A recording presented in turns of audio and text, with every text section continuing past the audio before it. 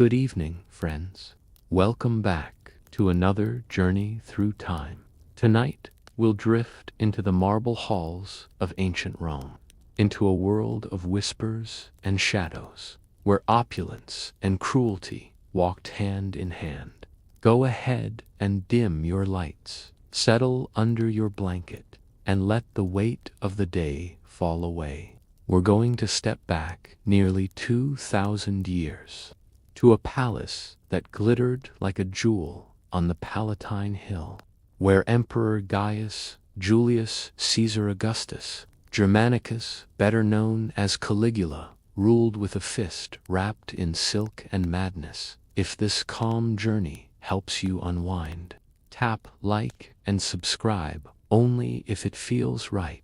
No pressure, just an invitation to join us on more of these quiet explorations. Now, close your eyes if you wish, and let me tell you what it was really like to serve in that palace, to be one of the invisible hands that kept the empire's most infamous emperor comfortable, entertained, and fed. You won't find this story in the grand histories, because the slaves of Rome left no monuments, no inscriptions, no statues, but their lives were real. Their suffering was real, and tonight we remember them. Take a deep breath. Let the modern world fade, and step with me into the year 37 AD, when a 24-year-old man with unlimited power and a mind beginning to fracture took the throne of the most powerful empire on earth. Let me tell you about the morning a young man named Marcus first walked through the servants' entrance of the imperial palace on Palatine Hill.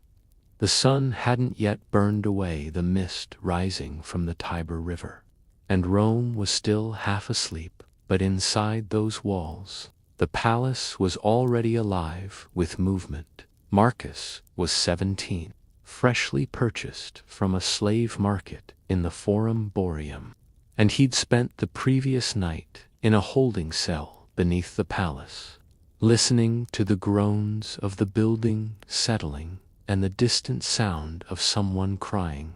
Imagine for a moment what that walk must have felt like. You've been ripped from whatever life you once knew. Perhaps you were captured in Germania during one of Rome's endless frontier wars. Or maybe your family couldn't pay their debts and sold you to cover what they owed. Either way, your old name is gone, your old identity stripped away like bark from a tree. Your property now, a thing to be used. And this morning you're being led through corridors so opulent they seem to mock your very existence.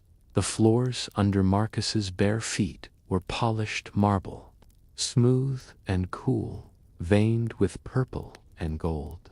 The walls were frescoed with scenes of gods and heroes, Apollo driving his sun chariot, Hercules strangling the Nemean lion, Venus rising from her shell.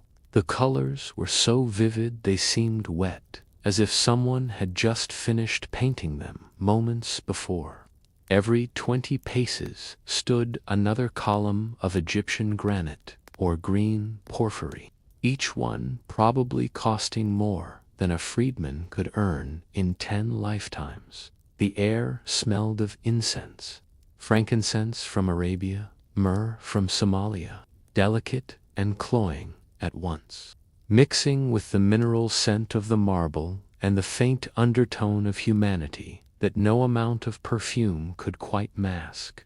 The steward leading Marcus through these halls was a man named Clender, a palace slave who had risen to a position of minor authority. Still a slave, mind you, but one who oversaw other slaves, which gave him the illusion of power. Clender was Greek, educated, probably once from a wealthy family in Athens or Corinth, before some twist of fate landed him in chains.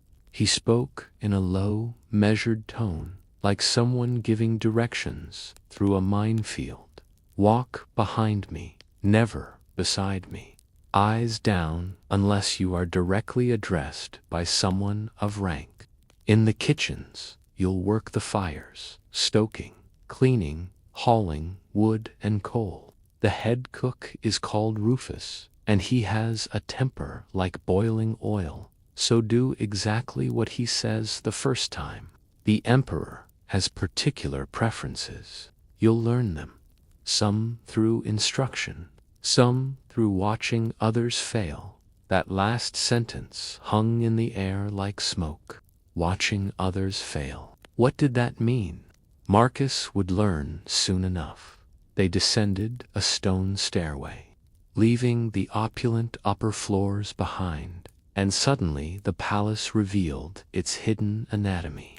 The warren of service corridors, storage chambers, and workrooms where the actual business of running an imperial household took place. Down here, the marble gave way to plain stone and plaster. The ceilings were lower, the air thicker. The palace was like a beautiful woman, Marcus thought, all painted face and silk gown above. But underneath just flesh and bone and blood like anyone else. The kitchen complex was enormous, a cavern of heat and noise that assaulted the senses the moment you entered. There were 3 main cooking areas, each with its own massive hearth, and the fires were already roaring, even at this early hour. The heat hit Marcus like a physical force. Imagine stepping from a cool morning into the breath of a dragon. Sweat sprang out on his skin immediately. The noise was a symphony of chaos, the clang of bronze pots, the sizzle of meat hitting hot oil, the scrape of knives on cutting boards, and beneath it all, the low murmur of slaves calling to each other in a dozen different languages: Latin, Greek, Germanic dialects, Egyptian, Syrian. Rufus, the head cook, was exactly what you would imagine if someone told you to picture a man who had spent 30 years standing over fires. He was broad and red-faced, his arms thick with muscle and scar tissue from countless burns. His hair had probably once been dark, but was now a salt and pepper gray, cut short and practical. He wore a leather apron stained with the abstract art of 1,000 meals, and when he turned to look at Marcus, his eyes were sharp and assessing, like a butcher evaluating a cut of meat. New fire boy. Rufus didn't wait for confirmation. Good. The last one got himself burned up, grabbed a hot grate with his bare hands because he wasn't paying attention. Cost us half a morning while we found someone to haul his screaming carcass to the physician. He pointed to the corner of the room, where a massive pile of firewood sat next to a bin of charcoal. That fire there, the middle hearth, is yours. Keep it hot, but not so hot the flame should be steady, no wild jumping. You will learn to read it. The color tells you the temperature. Red orange is good for roasting. Yellow white is for boiling. When it starts going blue, you have let it get too hot, and I will beat you with a stick. This last part was delivered in the same conversational tone one might use to discuss the weather. And Marcus realized Rufus was not joking. This was simply the reality of the kitchen.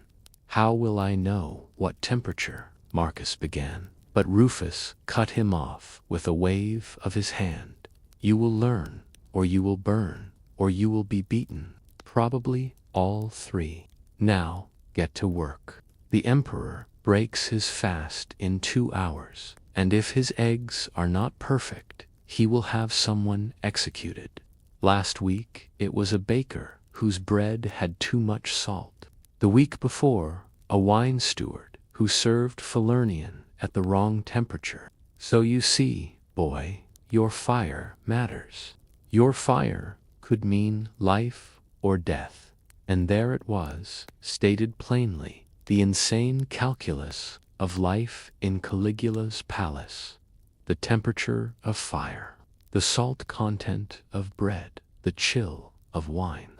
Any of these trivial details could trigger the emperor's wrath, and that wrath was unpredictable, absolute, and often fatal. Marcus spent that first day learning the rhythm of the kitchen. He learned that certain types of wood burned hotter than others. Oak for steady heat, pine for quick flames that were harder to control. He learned to read smoke. Clean, thin smoke meant good combustion. Thick black smoke meant the wood was too damp or the fire was suffocating. His hands, soft from his brief time in the holding cell, quickly blistered from handling the iron poker used to rearrange the burning logs. He learned to move in the crowded space, to anticipate the trajectories of other slaves rushing past with boiling pots or sharp knives, to make himself small and invisible when Rufus was in a rage, which seemed to be most of the time. But he also learned to listen. The kitchen was like a nervous system for the palace, and information flowed through it constantly. Slaves gossiped as they worked, sharing fragments of news picked up from the dining halls above, from the corridors, from the private chambers where body slaves attended to the emperor's most intimate needs.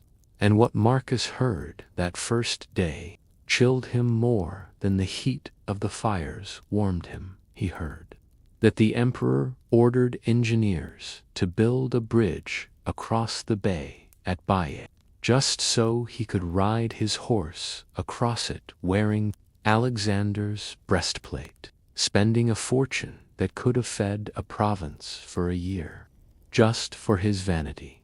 He heard about the senator's wife who refused the emperor's advances.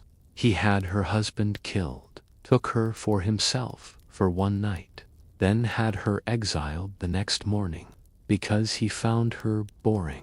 He heard that the emperor spoke to the statue of Jupiter in the temple, not prayers, but as though it were his equal, calling himself a god, a living god. He heard about a gladiator from yesterday's private games.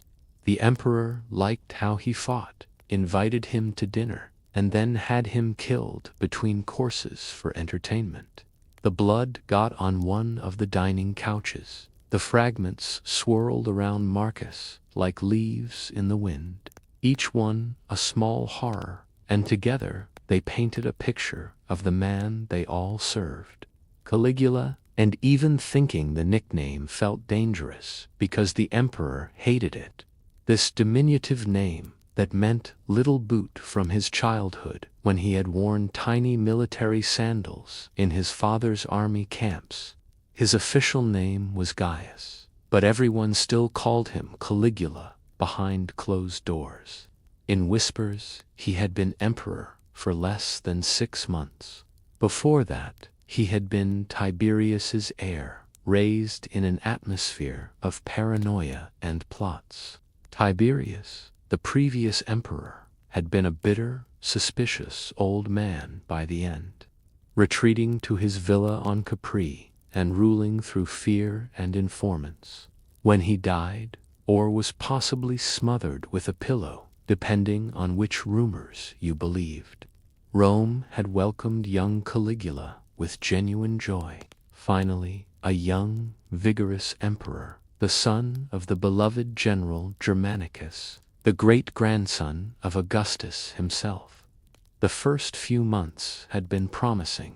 Caligula had declared amnesty, recalled exiles, restored public games. Rome had celebrated. But something had shifted. Some said it was an illness, a terrible fever that had struck the emperor in October of that year, 37 AD. For days he hovered between life and death, and when he emerged, something in him had changed. Others said there was no illness, that what people saw as madness was simply the inevitable result of absolute power encountering a mind with no internal restraints. Whatever the cause, by the time Marcus entered the palace in early 38 AD, everyone who worked there knew something was very wrong with the emperor. That first night, Marcus slept in the slave quarters beneath the kitchen, a long, low-ceilinged room lined with wooden bunks stacked 3 high. The air was close and smelled of sweat and smoke and the medicinal herbs slaves used to treat burns and cuts. He had been assigned a top bunk near the far wall, and as he climbed onto the thin pallet that would be his bed, he caught the eye of the slave in the bunk below him. "First day?" the man asked. He was older, perhaps 30, with the weathered look of someone who had been a slave for many years. His Latin had a thick Germanic accent. "Yes," Marcus replied softly. "What's your name, Marcus?" The man smiled, but it was sad. "Was that your name before, or the name they gave you?" Marcus paused. "The name they gave me. Ah, well, Marcus, I'm Dieter. That was my name before, and I keep it because they cannot take everything. Listen, some advice, because you seem like you might survive if you are smart. 3 rules. 1. Never look the emperor in the eye. Not ever, for any reason. 2. When something goes wrong, and something always goes wrong, make sure it is not your fault. And make sure everyone knows it is not your fault.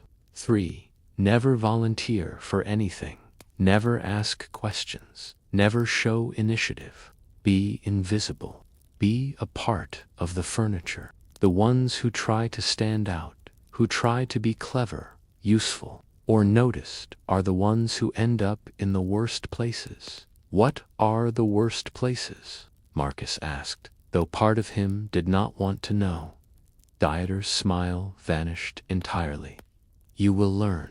Now get some sleep. Tomorrow will be just as long as today, and the day after that, and the day after that, until one day you are old like me, or dead like so many others. Welcome to the palace, Marcus. Welcome to the golden cage." Marcus lay back on his pallet, staring at the rough stone ceiling barely visible in the dim light of a single oil lamp. Outside, beyond these underground walls, Rome sparkled under the stars, the greatest city in the world, the heart of an empire that stretched from Britannia to Mesopotamia, from the Rhine to the cataracts of the Nile. Inside these walls, the emperor slept in a bed draped with silk from China, his head on pillows stuffed with swan down. His dreams, whatever dreams came to someone who had been told since childhood that he was descended from gods and now commanded the lives of millions. And here, in the dark beneath it all, hundreds of slaves lay on thin pallets and prayed to their various gods for nothing more than to survive another day. The golden cage Dieter had called it, golden above, a cage for those below. That was the first lesson Marcus learned, and over the months and years to come, if he survived that long, he would learn so many more. The fire in the middle hearth would need to be stoked again before dawn. Someone would need to carry water from the cisterns. Someone would need to prepare the emperor's breakfast. The machine of the palace never stopped, and the slaves were its gears, grinding against each other, wearing down, being replaced when they broke. This was the reality behind the glory of Rome, the hidden cost of empire. And tomorrow morning, Marcus would wake up and do it all again, because he had no choice, because he was owned, because this was what it meant to be a slave in Caligula's palace. Sleep when it finally came, was shallow and troubled, full of heat and half-remembered faces, and the constant awareness that somewhere above him, beyond the stone and marble, a young man with absolute power and a deteriorating mind was also sleeping, dreaming whatever dreams came to emperors. And when he woke, his mood, good or ill, sane or mad, would ripple down through the palace like a stone dropped in water, and every slave would feel the waves. The first day was over, the first of many, and the fire would need stoking before dawn. Now, let your mind wander with me into the peculiar hell of serving an emperor's meals. Imagine you are standing in that kitchen 3 months into your service now, and you have learned the rhythms well enough to avoid the worst of the beatings. Your hands have calloused over, your arms have grown stronger from hauling wood and water, and you have developed that slave's sixth sense, the ability to feel danger approaching, to know when to be even more invisible than usual. It is early afternoon, and the kitchen is preparing for the emperor's midday meal. This is always a tense time because Caligula's tastes are unpredictable. Some days he eats like a soldier, demanding simple fare: bread, cheese, olives, roasted meat. Other days he insists on elaborate presentations worthy of the gods he claims to be equal to: peacock tongues, flamingo brains, dormice stuffed with pork and pine nuts, oysters brought in barrels of snow from the coast so they arrive fresh. And then there are the days when he barely eats at all, when he sits at his dining couch, picking at his food while staring into the middle distance, his mind somewhere else entirely.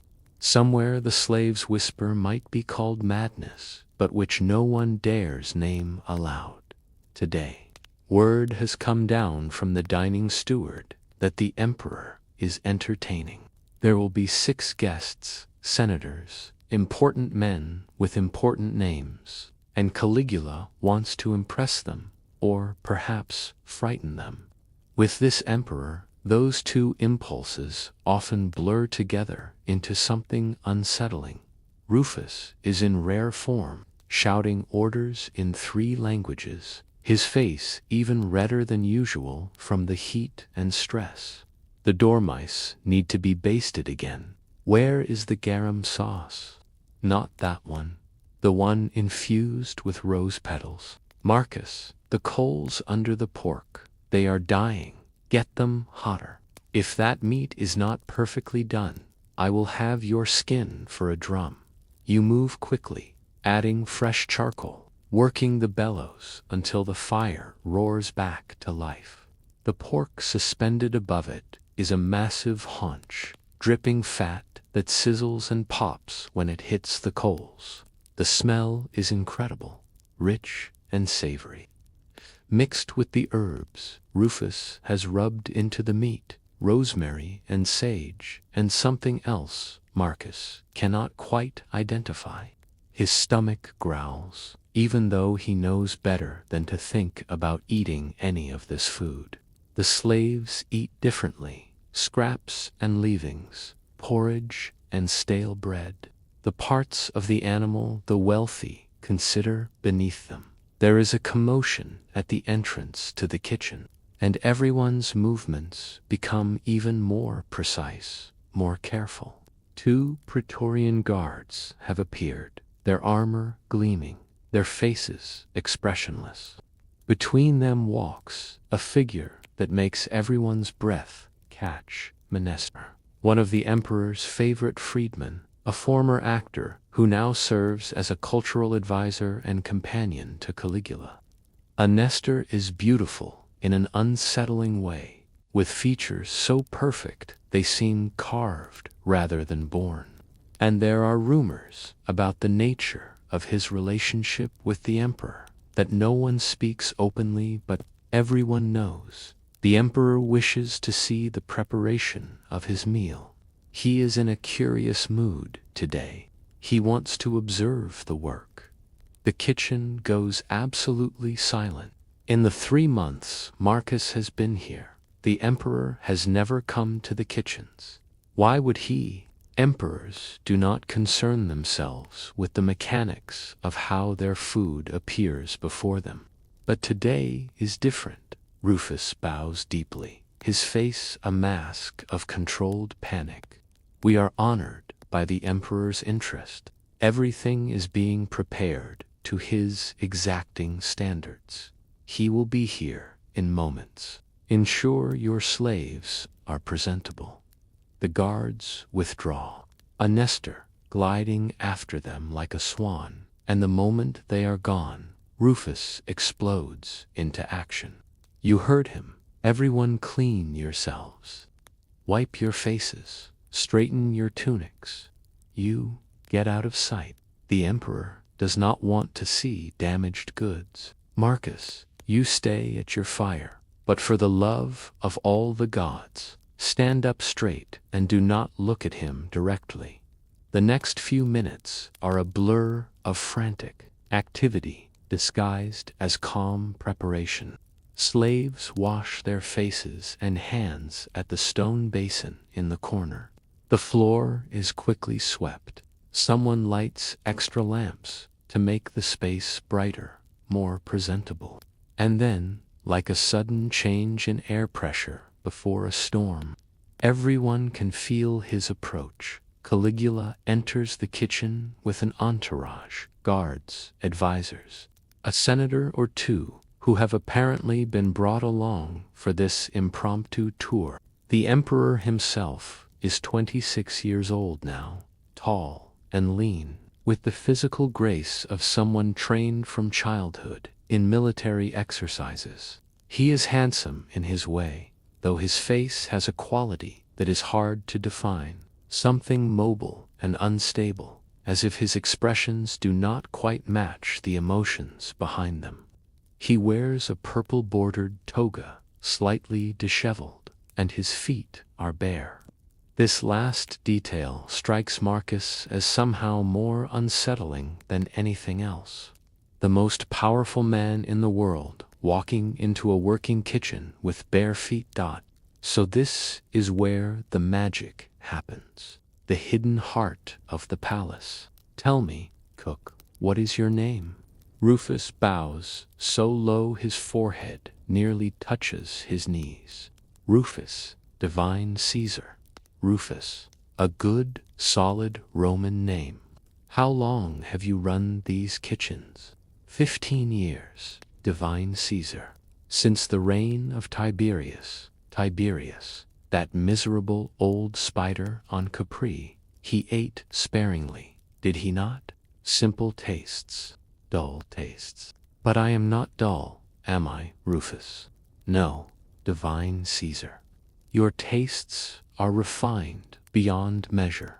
Refined, yes. Or perhaps just curious. Caligula wanders deeper into the kitchen, his bare feet slapping on the stone floor, his eyes roaming over everything. The senators following him look uncomfortable, as if they would rather be anywhere else. Marcus keeps his eyes down, but he can see the emperor's feet as they pass near his fire station. This one, what is your job, slave? The fires, divine Caesar. I maintain the cooking fires. Look at me. Marcus looks up, directly violating the first rule Dieter gave him, and finds himself staring into Caligula's eyes. They are pale gray blue, like ice, and there is something in them. Marcus cannot quite read amusement, cruelty, curiosity, or just emptiness. You are young, new here. 3 months, divine Caesar, 3 months, and you have learned to tend fire. That is important work. The Persians worship fire. Did you know that? They believe it is the purest element, the most sacred.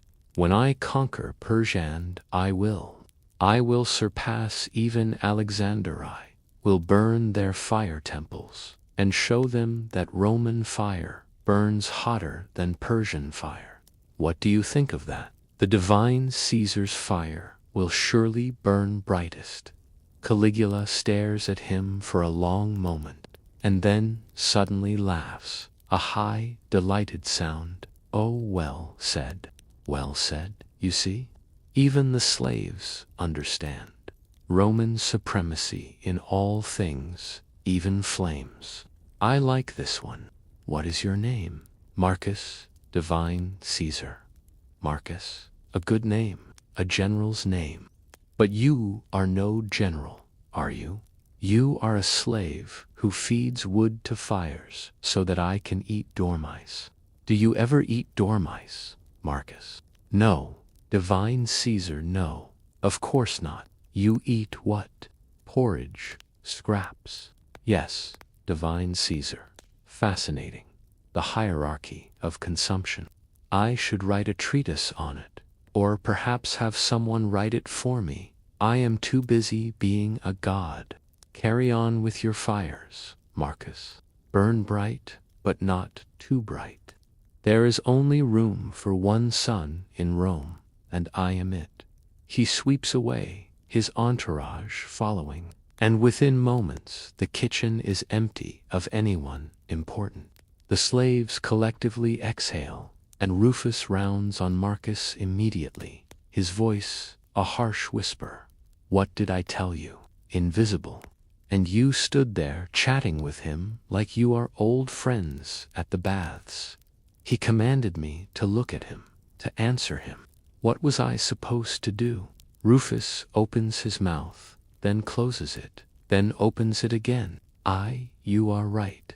There is no right answer with him. If you had refused, he might have killed you for disrespect. Since you obeyed, he might remember you, and being remembered by him is the most dangerous thing in this entire palace. Get back to work, and pray to whatever gods you still believe in that he forgets you by tomorrow. But Marcus cannot shake the feeling of those ice-bell eyes, the unsettling combination of intelligence and wrongness behind them. This is what the slaves whisper about. What makes the palace such a place of fear? Not just that the emperor is cruel, but that his cruelty is unpredictable, creative, almost playful. A simple tyrant, consistently brutal, could be navigated with care. But Caligula is something else. One moment charming, the next murderous. One day seemingly sane, the next lost in delusions of godhood. The meal is served that afternoon, and from the kitchen you can hear the sounds of the dining room above. Laughter, music, the emperor's voice, holding forth on some topic. The courses go up one after another, each prepared to perfection. The roasted pork with garum sauce. The dormice arranged like tiny sleeping creatures on a bed of herbs. The imported oysters that cost more than a working man earned in a month. The honey cakes shaped like flowers. Later in the evening, the sounds change. The music stops. There is a commotion, raised voices, and then a scream, high and terrible, and abruptly cut off. The kitchen goes silent, everyone frozen in their work, listening. Heavy footsteps, the crash of something breaking, more voices, commands being barked by the guards, then silence, again, thick and ominous. One of the dining stewards returns to the kitchen, his face pale. What happened? Rufus immediately asks, one of the senators. He praised the meal but said something about the cost. Suggested perhaps the emperor might consider economy in light of the treasury's needs. He meant well. He was trying to be helpful. The emperor asked if he thought he was being wasteful. The senator, trying to recover, said no, of course not. He just meant that prudence was a virtue. The emperor agreed, said prudence was very important, then called the guards and had the man thrown to his eels. Marcus feels his stomach turn. He has heard about the emperor's pet lampreys, enormous eels kept in specially constructed pools, fed on the flesh of condemned men. It started as a rumor so grotesque, Marcus assumed it had to be exaggeration. But the steward's face says it is all too real. Is he? Rufus cannot finish the question. The eels were fed recently. They were not even hungry. So it took a while. The emperor watched the entire time. Said it was important to understand the consequences of questioning divine judgment. The other senators sat frozen, still holding their wine cups, while their colleague was, "He needs wine. Strong wine. This is life in Caligula's palace. This is what it means to serve a man who sees himself as beyond human law, beyond human morality." The slaves understand this in a way the free Romans are still learning.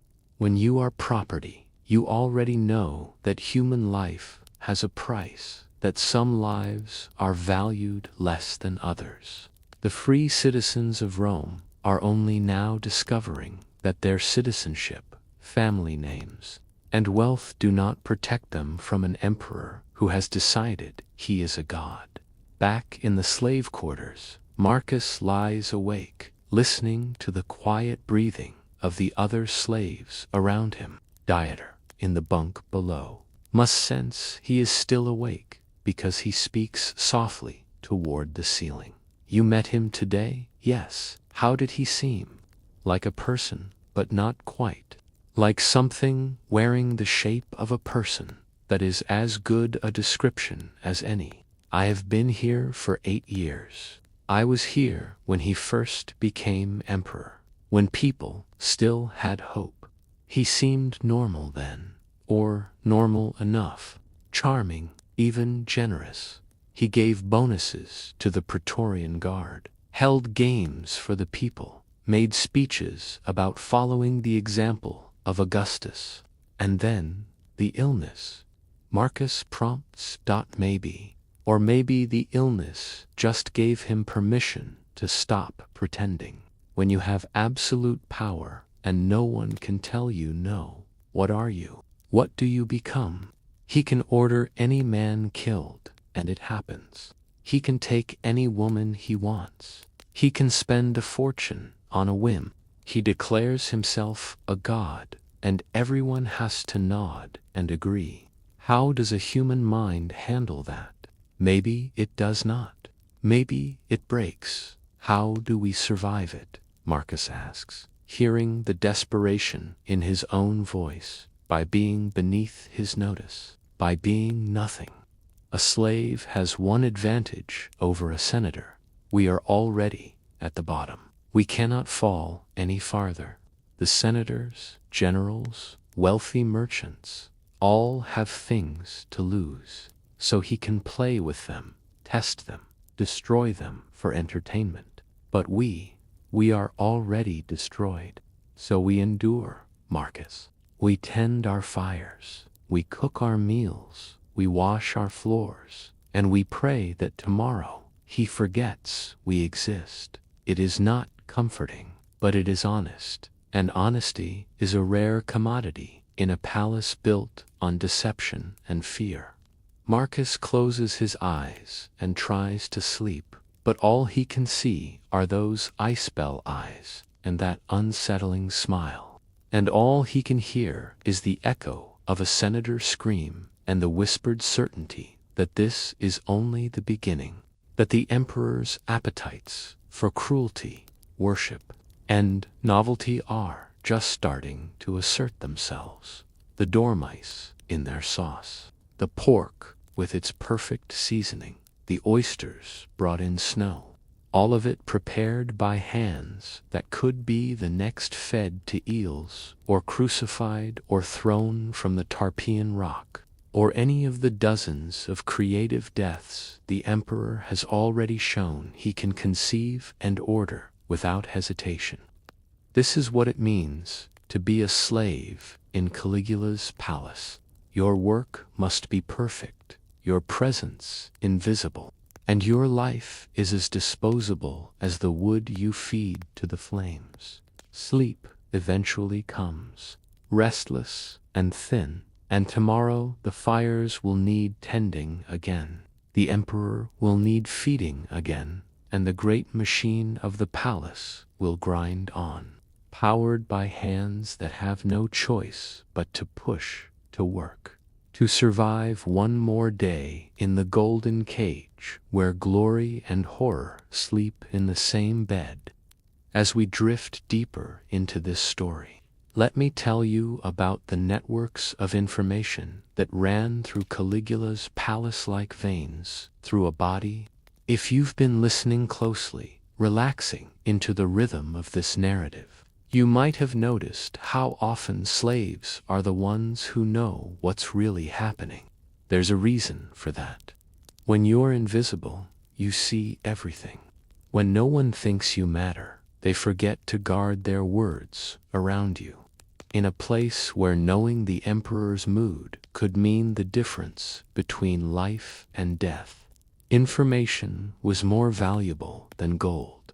6 months into his service now, Marcus had become part of this invisible network. He knew which slaves could be trusted and which ones were the emperor's informers. Even among the enslaved, some traded information for small privileges, better sleeping spots, or an extra ration of food. He knew which halls to avoid during certain hours, which guards were sympathetic and which were cruel for sport, and which members of the emperor's inner circle were in favor or one step away from execution. The palace itself was a city within a city. Let me paint this picture and let your mind wander through these marble corridors. Feel the temperature change as you move from the sun-bright courtyards to the cool shadow of the interior rooms. The Palatine Hill complex wasn't one building but a sprawling assemblage of structures built and rebuilt over generations. Augustus had lived relatively modestly here, or at least what passed for modestly among emperors. Tiberius had expanded things. Now Caligula was expanding further, building a bridge to connect the palace directly to the Temple of Jupiter on the Capitoline Hill, so he could, as he put it, visit his brother, God, more easily. There were the public spaces, the grand halls where the emperor held court, the dining rooms where he entertained senators and foreign dignitaries, the offices where the machinery of imperial administration ground away at the business of running an empire. These rooms were decorated with a splendor that would make your eyes water, frescoes depicting the deeds of gods and heroes, floors inlaid with precious stones in intricate geometric patterns, furniture of rare woods, ivory, and gold. Statues were everywhere, both of previous emperors and gods, and increasingly of Caligula himself. He commissioned sculptures showing him in the poses and dress of various deities, Caligula as Jupiter with thunderbolt raised, Caligula as Apollo with lyre, Caligula as Mars in full armor. The message was clear. He wasn't just claiming divine descent. He was claiming to be a god himself, present and walking among mortals. Then there were the private quarters, the emperor's bedroom with its famous bed, supposedly brought from Cleopatra's palace in Alexandria, his personal bathing suite with hot and cold pools and steam rooms, and rooms holding his most valuable art and manuscripts. Only a select few slaves were allowed here, body slaves who dressed him, hairdressers, occasional specialists. The rest knew these areas as forbidden territory. places where a single misstep could cost a life. And then there were the secret spaces. Any palace has them, hidden passages built for security. Rooms that didn't appear on official plans. Places emperors could move unseen or conduct business they didn't want witnessed. Caligula was obsessed with these hidden spaces. He ordered new ones constructed, passages from his quarters to various parts of the palace, and even outside the walls. Officially, it was for security. But slaves whispered about other purposes, secret meetings, hidden cruelties, assignations that needed concealment. Marcus learned all this not from one revelation, but from the accumulation of 1,000 small pieces of information, gathered like a mosaic. A word here, an observation there, a pattern noticed over weeks and months. He learned it from Dieter, whose 8 years of service had made him a walking encyclopedia of palace knowledge. From kitchen slaves, water carriers, musicians, and entertainers who sometimes quietly shared what they saw. One evening, late summer of 38 AD, when the heat in Rome was oppressive, Marcus was sent on an unusual errand. One of the ovens had cracked, and Rufus needed a specific clay stored 3 levels down in the older palace sections. Marcus was given a lamp and directions, and sent through corridors he'd never walked before. The deeper parts of the palace were different. Ceilings were lower, walls unadorned stone rather than frescoed plaster. The air smelled of age, damp, and something slightly organic that Marcus couldn't identify. His lamp cast moving shadows, making the passages seem alive, breathing. He heard water dripping and faintly, what might have been someone crying, though the sound was distant and distorted by stone. He found the supply room, a small chamber carved into the Palatine Hill itself, lined with shelves holding clay, sand, lime, and other maintenance materials. As he filled his basket, working quickly because the place made him uneasy, he heard voices. They came closer, echoing strangely. Marcus's first instinct was to make himself known, but the tone stopped him. There was a tense urgency that suggested this wasn't casual conversation. He set down his basket and moved quietly to the doorway, hidden but listening. 2 men passed outside. One voice Marcus recognized. Cassius Chaerea, a tribune of the Praetorian Guard with a distinguished record in Germania. The other voice was cultured and educated, probably another officer or senator. "Can't continue," Chaerea said, low and intense. "You saw what he did to Lepidus, his own brother-in-law, one of his closest friends, executed on barely a pretext. And his sister's exiled rumors spread about them. The man is completely unhinged." "Careful," the other voice cautioned. "Even down here, walls have ears. I've been careful for months. I've watched him mock the Senate, declare himself a god, waste the treasury on insane projects, the floating bridge, making his horse a consul, the statue in Jerusalem, and near revolt.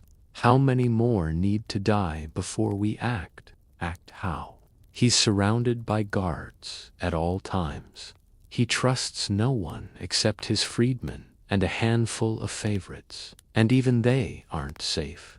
Last week, it was Menester in favor. This week, he threatened him for an imagined slight. There's no predicting him. No getting close enough to the voices faded down the corridor. Marcus strained to hear fragments. ... Opportunity will present itself. ... Support from others. But they're afraid. ... Legacy of Augustus means nothing. if silence returned, except for dripping water and his own heartbeat. Marcus waited to ensure they were gone, then retrieved his basket and moved back to familiar kitchen territory as quickly as he dared. His mind raced. What he'd overheard was treason, conspiracy, plotting against the emperor. Had he been discovered listening, he would have been killed, likely tortured first.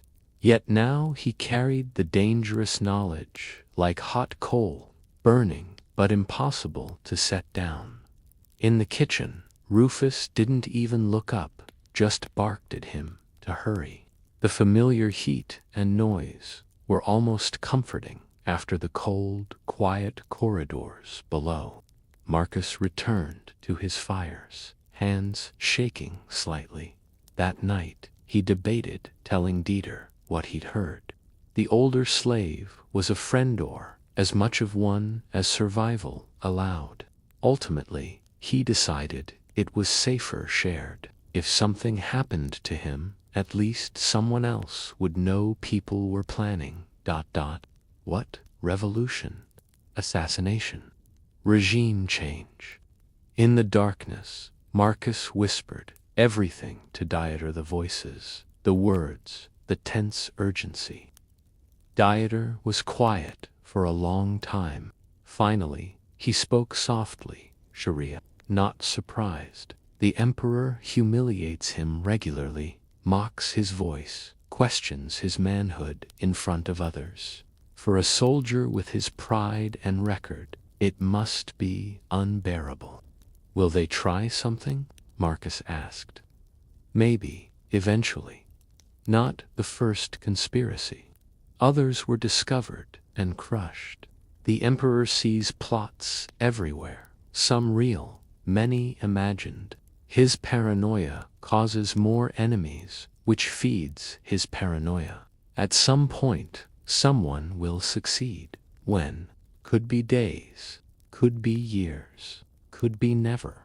Emperors are hard to kill, too well protected. But Caligula, he's reckless. He takes risks, goes places without security, believes his divine status protects him. That recklessness will catch up. What happens to us if it does? If someone kills him? A change in emperors is always dangerous. The new emperor might clean house, executing favorites and slaves, or keep things stable. There's no way to know. We survive if we're lucky, Dieter said simply. Same as always. Keep heads down, do our work. Hope the new master is less insane, or at least more predictable. Marcus lay back, staring at the darkness. Somewhere in the palace, perhaps even now, Caligula was reading, plotting, entertaining, talking to his statues or sleeping. Unaware, men plotted his death. His guards discussed his removal, the golden facade of his reign showing cracks in the darkness. Slaves who made the reign possible whispered secrets, tried to predict the unpredictable, surviving one night at a time in a place, equal parts splendor and nightmare. The Palace of Whispers, that's what it really was. For every public proclamation, there were 100 whispered conversations in the shadows. For every grand ceremony, 1,000 quiet fears spoken in the slave quarters. Information flowed like water through visible and invisible channels. If you listened, you learned empires weren't built just on military might or political power. They were built on the labor of the invisible and sustained by the secrets everyone pretended not to know. Marcus fell asleep with new knowledge weighing on him. Dangerous, yet strangely comforting. Dangerous because knowing about conspiracies could get you killed. Comforting because it meant this mad emperor, this atmosphere of fear, might not last forever. Somewhere in Roman politics, gears were turning toward change. Whether it would be better or worse was impossible to predict, but at least the horror had an expiration date. The palace never truly slept. Lamps burned somewhere, footsteps echoed in corridors. Someone was always awake, working, plotting, or praying. It was its own world, self-contained, with its own rules, hierarchies, and hidden histories. For the slaves in its depths, it was the entire universe, centered on one young man, rapidly losing his grip on sanity while commanding the destinies of millions. Tomorrow, the fires would need tending. The emperor would need feeding. The great performance would continue. Master and slave, emperor and subject, the powerful and powerless. But under the surface, in whispers, watching eyes, and plots hatched in darkness, something was changing. The golden cage was beautiful, but even gold can be bent, broken, reshaped. Rest now, and let these images drift through your mind like smoke from a dying fire. The corridors of marble and shadow, the unseen networks of information, the dangerous knowledge that change was coming, inevitable as dawn after the longest night. And when you wake, remember that even in the darkest places, hope persists, stubborn and quiet, waiting for its moment. Let me tell you now about the spectacles, the gatherings, the festivals, where Caligula's madness became public theater. Take a deep breath and settle yourself, even more comfortably, because this chapter will walk you through events that tested the endurance of everyone involved, from the highest senator to the lowest kitchen slave preparing food that would feed thousands. It is late September of 38, approaching autumn, and the emperor has announced games to celebrate. Honestly, it is not entirely clear what they are celebrating. Himself, mostly. His divine status, the anniversary of nothing in particular, except perhaps his decision to have an anniversary. But the reason does not matter. What matters is that 5 days of games have been decided, which means 5 days of absolute chaos for the palace. Staff. Imagine trying to prepare food for not just the emperor and his immediate household, but for the thousands of spectators who will be given free meals as part of the festivities. Imagine the logistics. Tons of grain need to be baked into bread. Hundreds of animals must be slaughtered and roasted. Amphoras of wine need to be transported from the storeroom. Endless details must be managed, or the whole thing collapses into angry mob territory. Free food and games are how you keep the Roman populace happy, or at least compliant. Bread and circuses. The saying was as true under Caligula as it had been under any emperor before him. The kitchen is operating at a level of intensity Marcus has never experienced. Rufus has brought in temporary workers, slaves borrowed from other households, free laborers hired for the occasion, anyone with hands who can chop, stir, or carry. The main hearths burn around the clock, and Marcus's shift has expanded from dawn until well after dark. He gets perhaps 4 hours of sleep a night, and even that is interrupted by dreams of flames and voices yelling orders in languages he does not understand.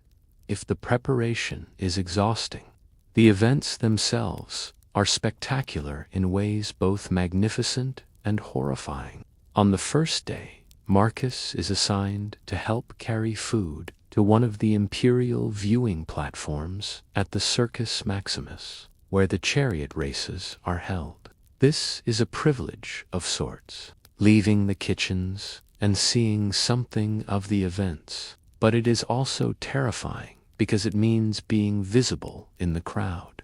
Closer to the emperor and his entourage, the Circus Maximus is enormous. A long oval that can hold more than 150,000 spectators. When Marcus arrives with his basket of provisions, honeyed dates, roasted nuts, fresh bread, small cups of garum, the stands are already packed. The noise is like standing inside a waterfall of sound. Voices, cheers, conversations, multiplied by tens of thousands, until individual words are lost in the roar. The air smells of humanity packed together, of perfumes and oils the wealthy use to mask body odor, of horses and dust from the track below, of food sold by vendors in the aisles. The imperial box is positioned at the best vantage point, draped with purple cloth and shaded by silk awnings. Caligula is there, dressed in racing colors. He has developed an obsession with the green faction, one of the 4 chariot teams, to the point where he treats them as sacred. Around him are the usual entourage, senators required to attend, freedmen who have won his favor, Praetorian guards standing at attention. Slaves like Marcus appear with food and drinks, and then vanish again. Marcus approaches with his head down, sets the basket where a steward indicates, and is about to retreat when the emperor's voice cuts through the noise. "You, kitchen slave, come here." Marcus's blood goes cold. There is no refusing. He approaches, still not looking directly at Caligula unless ordered. "Yes, divine Caesar. You are the one who tends fires, aren't you?" "I remember you, Marcus." The emperor, remembering his name, is both flattering and terrifying. "Yes, divine Caesar." "Good. I want you to watch this race. I want you to see what excellence looks like." Caligula gestures at the track below, where the chariots line up. "The greens will win." "Do you know how I know?" Marcus has no answer that is safe, so he says nothing. "Because I have willed it. Because my divine favor rests on them. Watch." What it means when a god takes an interest. The race begins. With the dropping of a white cloth, and the chariots explode from the gates in a thunder of hooves and wheels. The crowd's noise intensifies, becoming almost physical. Marcus watches as the chariots hurtle around tight turns, drivers leaning dangerously, horses straining. It is violent and beautiful at once, all speed, danger, and skill. The green chariot leads. Its driver expertly navigates, blocking the blues and reds. On the final lap, one of the blue chariots tries to pass on the inside. There is contact. Wheels lock. Horses scream. The blue chariot flips, sending its driver tumbling across the sand. The crowd roars in excitement and bloodlust. The green chariot crosses first, and Caligula leaps to his feet, arms raised in triumph. "You see, I told you. The gods favor the greens, because I favor the greens. Divine will manifest. That blue driver, what is his name? Have him brought to me." One of the advisors whispers something. Caligula waves dismissively. "I do not care if he is injured. Bring him. I want to see the man who dared challenge my chosen team." Marcus stands frozen as the blue charioteer is brought up, limping, his arm clearly broken. Slaves pour water over him to wash away the grime. More for the emperor's comfort than the driver's benefit. "You drove well," Caligula says, voice almost friendly. "Not well enough, but well. I admire skill, even in a loser. Tell me, do you acknowledge the greens are superior?" The driver stammers. The greens drove excellently today. Divine Caesar, only today. Caligula's voice sharpens. Are you suggesting another day your inferior blues might prevail? No, divine Caesar. You only meant to insult my divine judgment. I understand. I hear unspoken insults all the time. People think I do not notice, but I do. I am a god. He turns to a guard. Have his other arm broken. Both legs too. Then let him try to drive again. We will see if the blues can win with a crippled driver. The charioteer opens his mouth to beg, but the guards drag him away. His screams are lost in the circus noise. Marcus feels sick, but keeps a neutral face. This is service to Caligula, witnessing casual cruelty and being powerless. You may go, Caligula says absently. Marcus retreats to the tunnels beneath the circus, where the cries cannot follow. The next 4 days are variations on this theme: gladiatorial combats, beast hunts with exotic animals, theatrical performances from tragedy to crude farce, athletic competitions. Caligula presides with the same unsettling mix of enthusiasm and cruelty. One afternoon, he orders the canopies shading spectators removed on a hot day.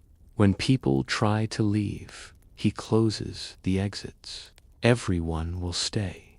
They will watch the entertainment I have so generously provided, and they will be grateful.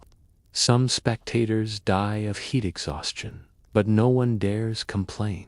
Another day, criminals are executed in elaborate ways between gladiatorial matches, not quick deaths, but punishments lasting hours. Some are burned alive in pitch-soaked tunics. Others are crucified and torn by dogs. Some are sewn into animal skins and hunted by leopards. The crowd watches enthusiastically. Marcus realizes horror, repeated enough, becomes entertainment. Back in the kitchens, staff collapse each night, exchanging information about what they have witnessed. The games are bankrupting the treasury. Wealthy citizens' properties are confiscated to fund spectacles. Senators exiled or executed. The games serve multiple purposes: entertainment, demonstration of power, elimination of enemies. Within a year or two, Rome will be genuinely broke, one steward whispers. More confiscations, more executions, more taxes, devaluing currency.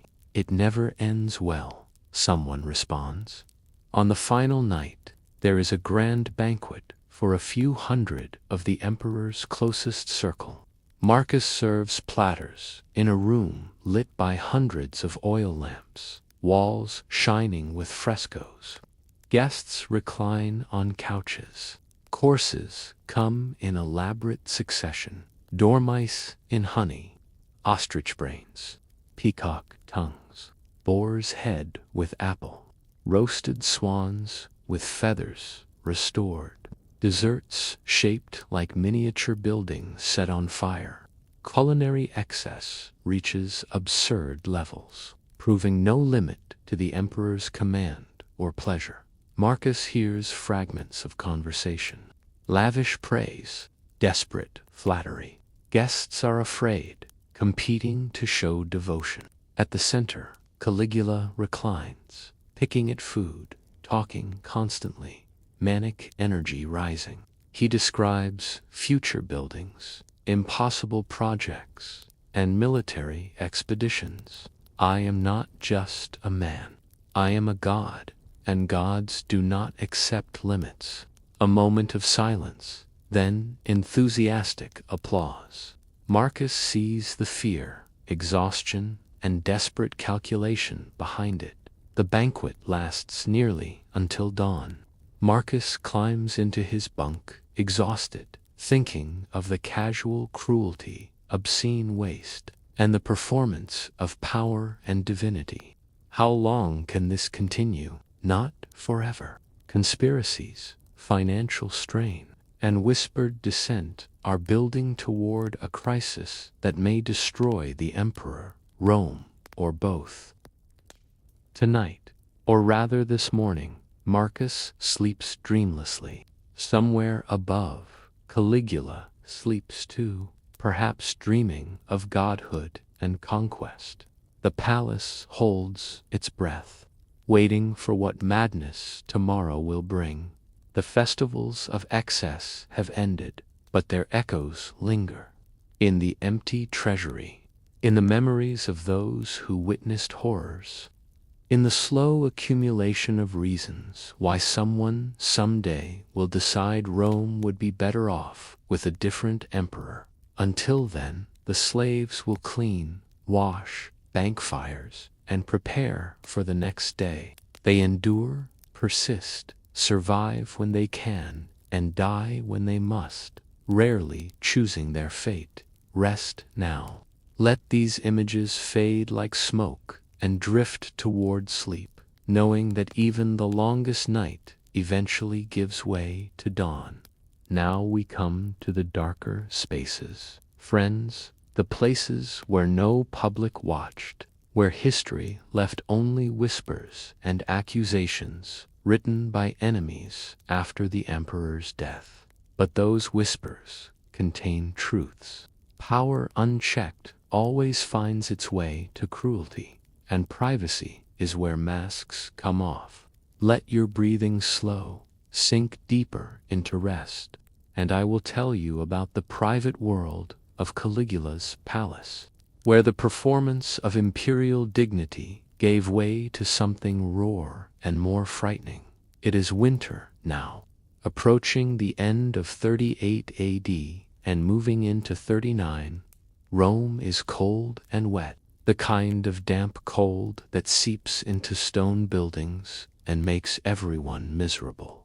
The palace, for all its opulence, is not particularly well heated, except in the emperor's private quarters, where braziers burn constantly, and the floors are engineered with hypocausts. Hot air from furnaces circulates under the floors, radiating warmth upward.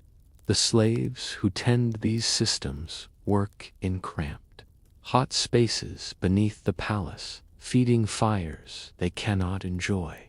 Marcus is still primarily in the kitchens, but he has been cross-trained in other duties as well. This is common for palace slaves, moved around as needed to fill gaps when someone dies, is transferred, or simply disappears, which happens more often than anyone wants to acknowledge. So when one of the slaves who maintains the hypocaust in the emperor's private wing is found dead one morning fever, the official word, though there are whispers of poison, Marcus is rotated in to cover the duties. This means access to areas of the palace he has never seen before, passages beneath the emperor's most personal spaces. It means crawling through tunnels barely tall enough to move through while crouching, the air thick with heat and smoke, tending fires in the dark while above the most powerful man in the world, walks on floors warmed by invisible labor. The first time Marcus descends into these maintenance tunnels, led by a veteran slave named Appius, he is struck by how medieval it feels. Like descending into the underworld itself, the temperature rises with every step down. By the time they reach the furnace level, sweat is pouring off both of them. The main furnace is a massive brick and iron structure, its mouth glowing orange-red, radiating heat like a small sun. Channels lead away from it in several directions, carrying hot air beneath the floors above. You watch the fire constantly, Appius instructs, raising his voice over the roar of flames. Wood goes in steadily, not too much, not too little. The emperor likes his floors warm, but not hot. Last year, someone let the temperature get too high, and the tiles in the emperor's bedchamber cracked. That slave was crucified. So you see, it is important work. How do you know the temperature? Marcus asks. There are no thermometers, no scientific instruments. You learn. Watch the color of the smoke coming from the vents. Touch the bricks of the channels. They will be warm, and you learn to gauge how warm is right. And you listen. Appius pauses, tilting his head. Voices carry down here, sometimes from the rooms above. You hear things. You do not repeat them. Ever understand. Marcus nods. Over the coming weeks, he comes to understand exactly what Appius meant. The hypocaust tunnels do not just carry heat, they carry sound. The stone and brick channels act like speaking tubes. Conversations from the rooms above filter down in fragments. Most of it is mundane. Servants talking as they clean, guards exchanging posts, the normal business of the household. But sometimes, especially late at night, other sounds come down.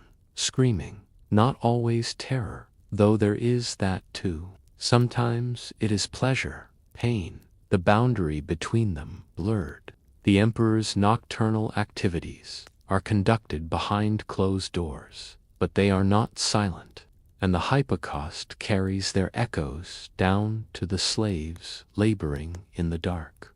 One night, Marcus is alone in the tunnels. Appius is sick, and Marcus has taken a double shift.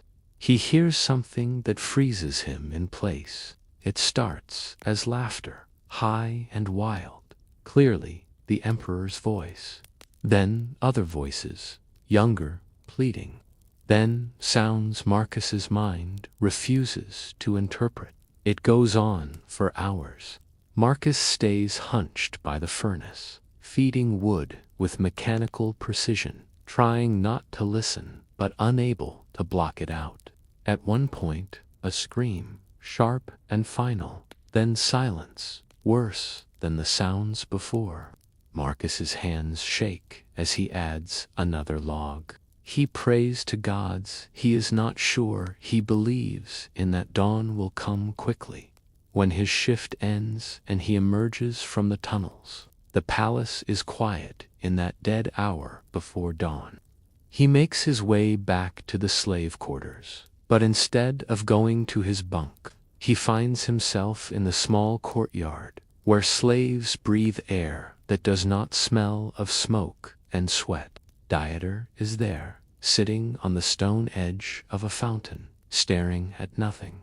You heard something, Dieter says, without looking at Marcus. It is not a question. How did you know? Because I did too, years ago when I worked the tunnels. That is how I ended up in the laundry. I asked to be transferred, and they granted it because they could see I was shaking apart. The things that happen in those private rooms. Marcus ... T finally looks up. His eyes are older than his face.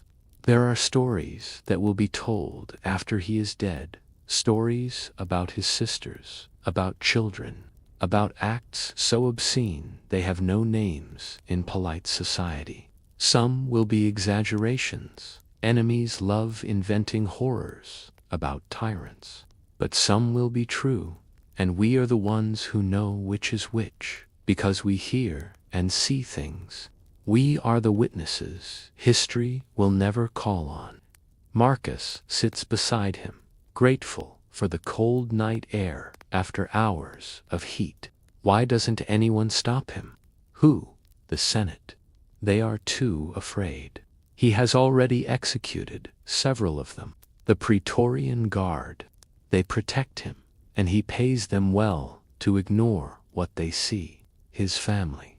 He has already exiled or killed most of them. The people of Rome. They do not see this side. They see the games, the distributions, the public shows. As long as he entertains them, they do not care what he does in private. The conspiracies are dangerous and might not succeed. And even if they do, who is to say the next emperor will be better? Tiberius was paranoid and cruel. Caligula is mad. The next one, who knows? This is the problem with giving one person absolute power. You get whatever pathology they have, magnified 1,000,000 times. Dieter stands and stretches. Come on, a few hours of sleep before the next shift. It is all we ever get, a few hours between horrors. But we take them because what else can we do? As winter deepens, Marcus notices other changes in the palace.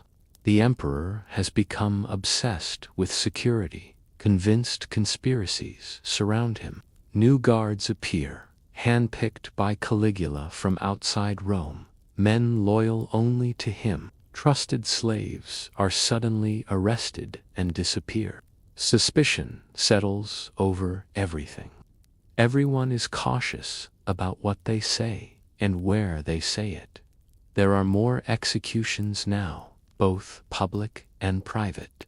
A senator accused of plotting is given the option to commit suicide, the honorable way that allows his family to keep some property. A wealthy merchant accused of hoarding grain is strangled in prison.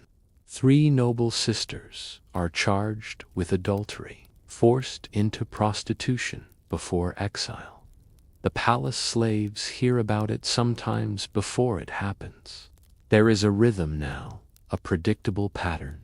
Someone falls from favor or draws the emperor's attention.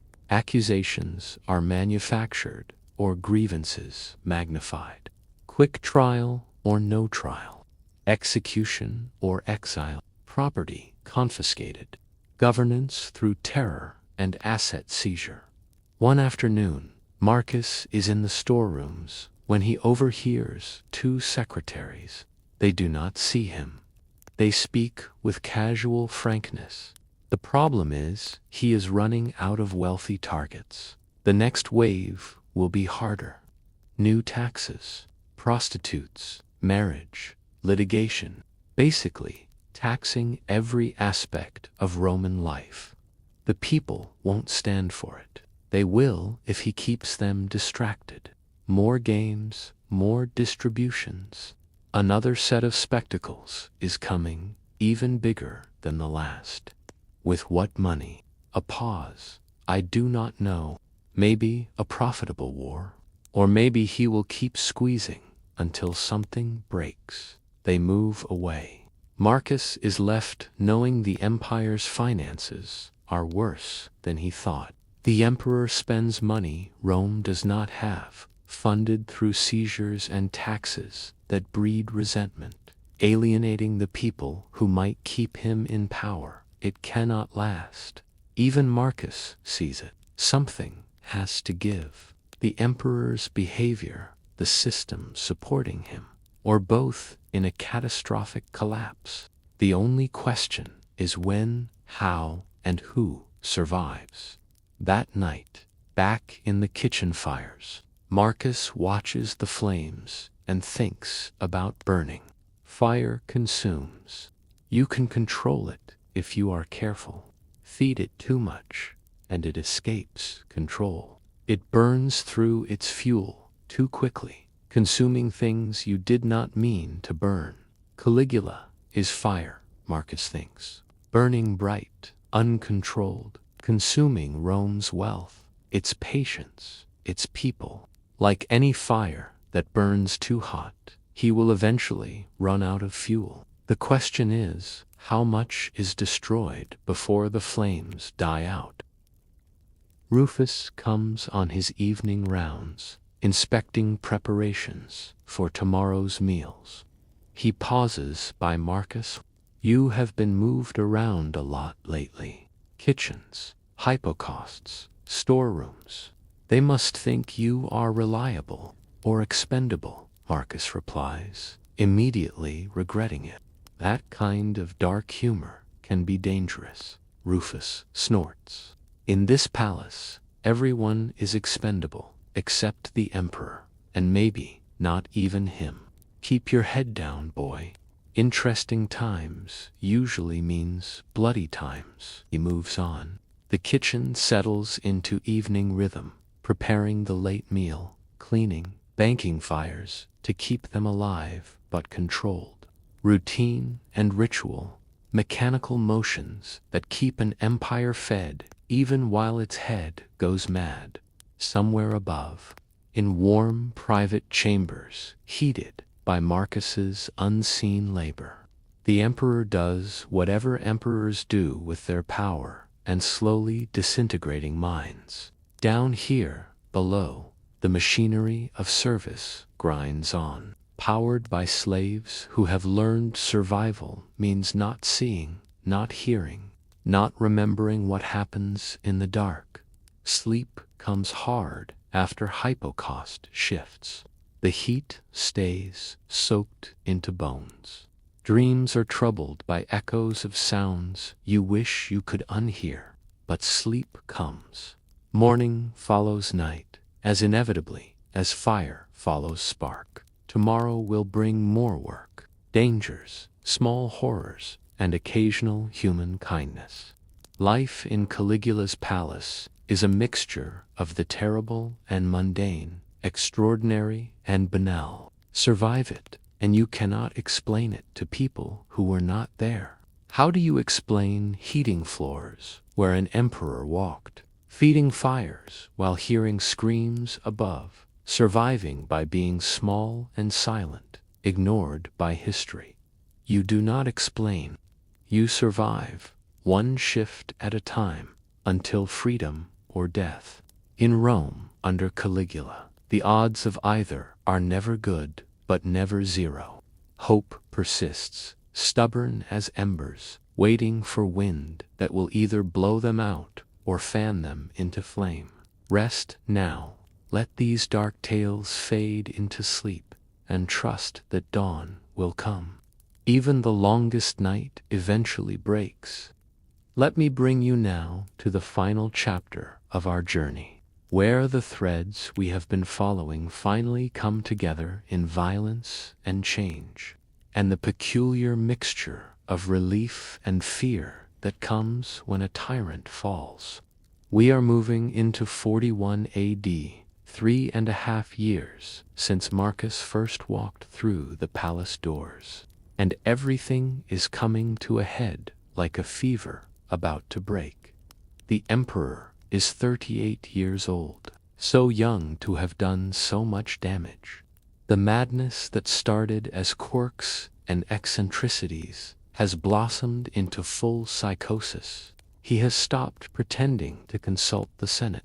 He has declared himself a god in earnest, not just claiming divine descent, but insisting on actual worship.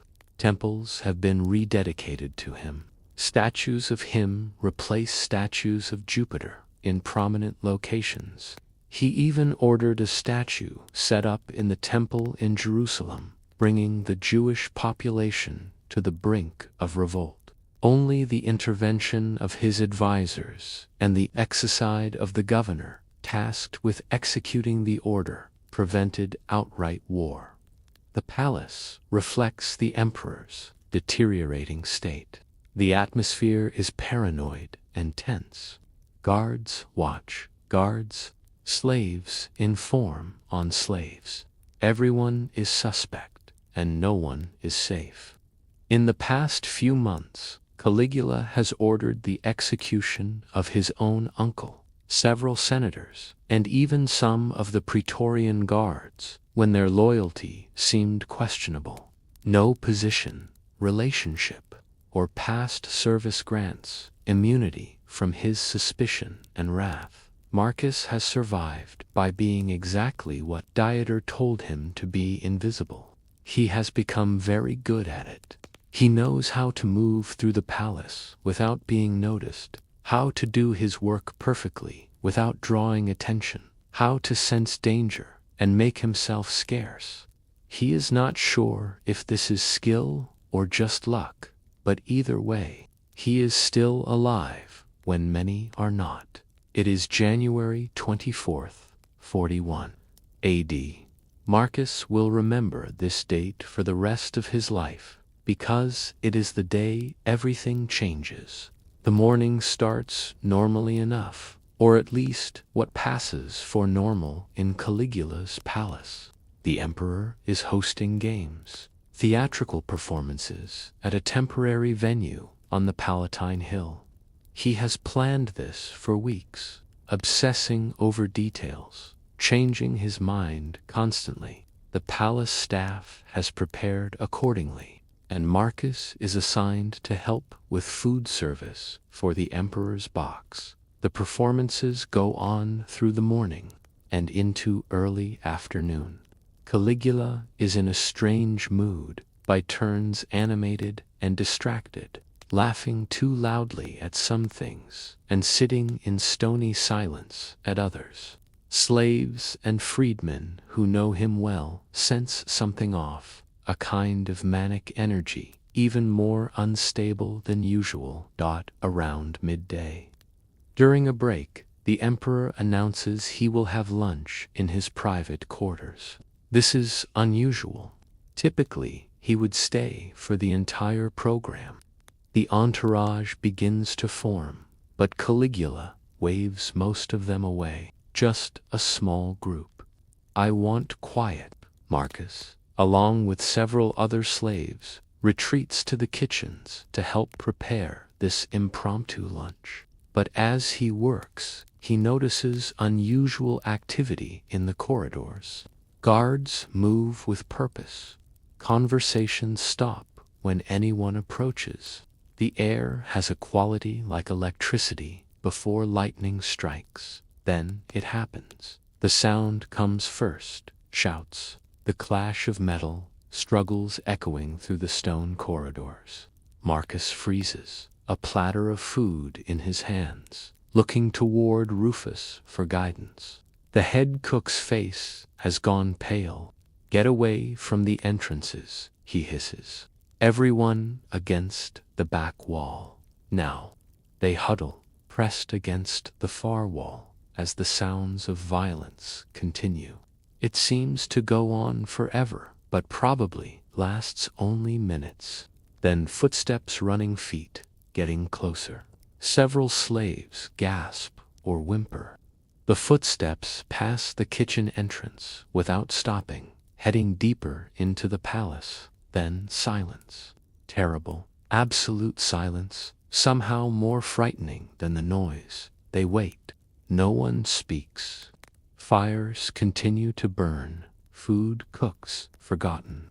They wait in that awful silence for someone to tell them what is happening, whether they are in danger, whether the world they have known has just ended. Finally, a Praetorian guard appears at the entrance.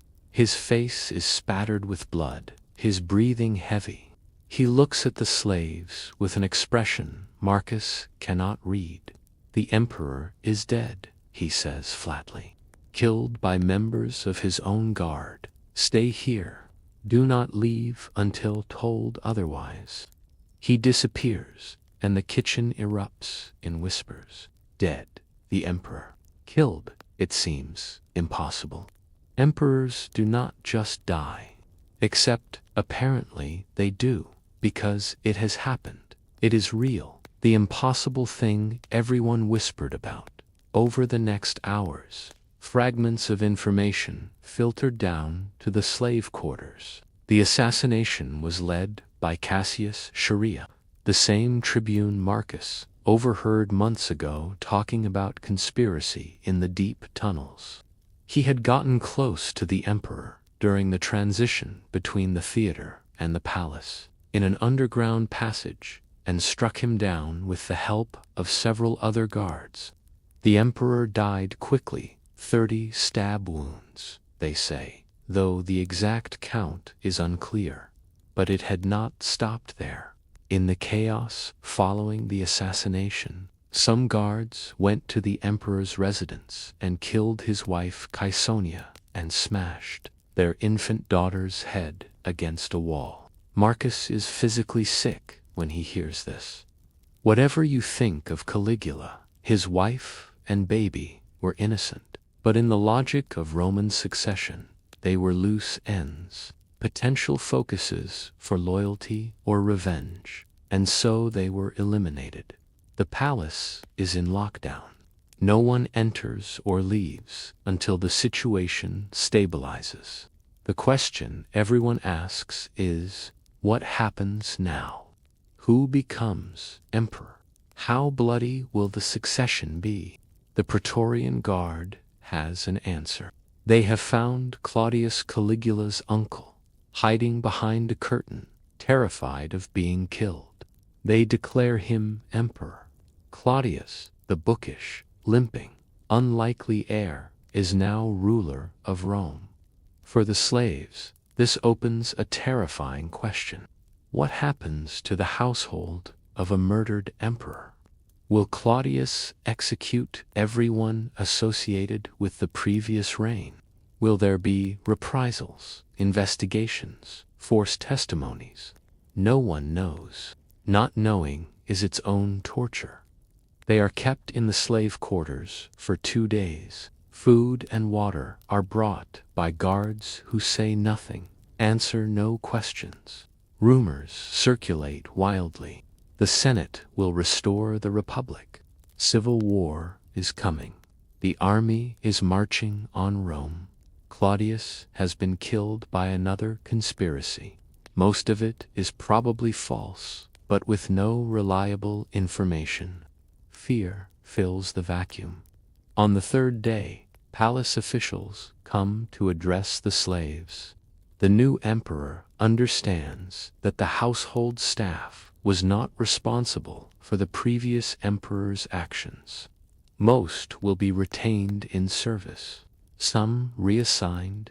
A few those too closely associated with Caligula's private cruelties will be sold or executed. Everyone is to continue normal duties while the new administration settles in. Relief is palpable, though tinged with uncertainty. Marcus is retained in the kitchens. Dieter survives, too. But they notice gaps in the slave population, familiar faces suddenly absent. People who knew too much or were too identifiable with the old emperor's reign. Life continues, but it is different. Claudius, whatever his quirks, is not insane. He does not declare himself a god. He does not have senators executed for failing to laugh at his jokes. He does not conduct obscene rituals in private chambers or feed people to eels. The palace slowly begins to breathe again. Marcus serves the new emperor at his first official banquet. The food is still elaborate, but the atmosphere is different. People are cautious, but not terrified. Conversations are more normal. There is no sense that one wrong word could lead to immediate death afterward. In the slave quarters, the staff processes what they have lived through. Do you think we will tell people about it? Someone asks. About what it was really like. Who would believe us? Dieter responds. Histories will say Caligula was mad, that he did terrible things. But will they capture what it felt like to live through, to wake every day not knowing if it would be the day the emperor's eye fell on you, to hear screams from the private chambers, to watch good people executed for nothing? History is written by senators and emperors, not slaves. We saw everything, but no one will ever ask us what we saw. Marcus lies in his bunk that night, staring at the familiar ceiling, thinking about the past 3.5 years. He has aged in ways that have nothing to do with time. There is a heaviness in him now, a knowledge of human cruelty that cannot be unlearned. But he has survived. Against odds that killed so many others, he has survived. The fires will need tending tomorrow. Life continues in its patterns because empires do not stop when emperors change. The palace will need feeding, cleaning, maintaining. The slaves will do their work, invisible and essential, the hands that keep power comfortable even when power is mad. But something has changed. The golden cage has been proven fragile. The God-Emperor turned out to be mortal, capable of bleeding and dying like anyone else. The system that seemed absolute changed in the space of 30 stab wounds in an underground corridor. This does not mean freedom for the slaves. They are still property, still vulnerable to the whims of whoever holds power. But it means that power is not as stable as it pretends. Empires are built on the backs of the invisible, the enslaved, the powerless. But empires are also fragile, dependent on the consent or exhaustion of those they rule. Push too far, be too cruel, be too mad, and even the most powerful structure can crack. Marcus falls asleep that night to the familiar sounds of the slave quarters, breathing, snoring, the occasional mutter of someone dreaming. Tomorrow he will wake and tend his fires and do his work, the same as always. But he will do it knowing that even emperors can die, that even the golden cage can be broken, that nothing, no matter how powerful or seemingly permanent, lasts forever. The Palace of Whispers will whisper new stories now. Stories about the new emperor, new conspiracies, new fears and hopes. The machinery of empire will grind on, powered by invisible hands. Somewhere in the records that survive, filtered through hostile historians writing after Caligula's death, fragments of this truth will remain. His reign was brief and terrible. He pushed the limits of what Rome would tolerate. He paid the ultimate price for his madness. But what those histories will not capture is what it felt like to be there, to be one of the hundreds of slaves who kept the palace running while the emperor spiraled into insanity. They will not record the names of fire tenders, kitchen workers, and tunnel maintainers who survived against the odds. They will not memorialize the ones who died for trivial reasons, or no reason at all. History remembers emperors and senators and great events. It forgets the people who made those events possible, who witnessed them from the shadows, who survived them when so many did not. This is the story of what it sucked to be a slave in Caligula's palace of fear. The exhaustion, the small survivals, and large horrors, the knowledge that life meant nothing to the people who controlled it, and the stubborn persistence that kept you going anyway. It is the story of the invisible people in history's grand narrative. The ones who fed the fires and prepared the meals and heard the screams and kept their heads down, praying only to see another sunrise. May these memories guide you into peaceful dreams, friends. Rest knowing that even the darkest chapters eventually end, that even the most terrible tyrants eventually fall, and that the human spirit, even when enslaved, even when reduced to property, finds ways to endure sweet dreams. And may you wake to a world kinder than the one we have visited together. Until next time, this is Boring History for Sleep, reminding you that even in humanity's darkest moments, there were people like Marcus and Dieter who survived by being invisible, who kept their humanity when everything around them was inhuman, and who deserve to be remembered, even if history forgot their names. Rest well. The fires are banked. The palace is quiet, and somewhere in the vast sweep of time, their stories float like smoke on the wind, persistent and real, even when no longer visible. Good night.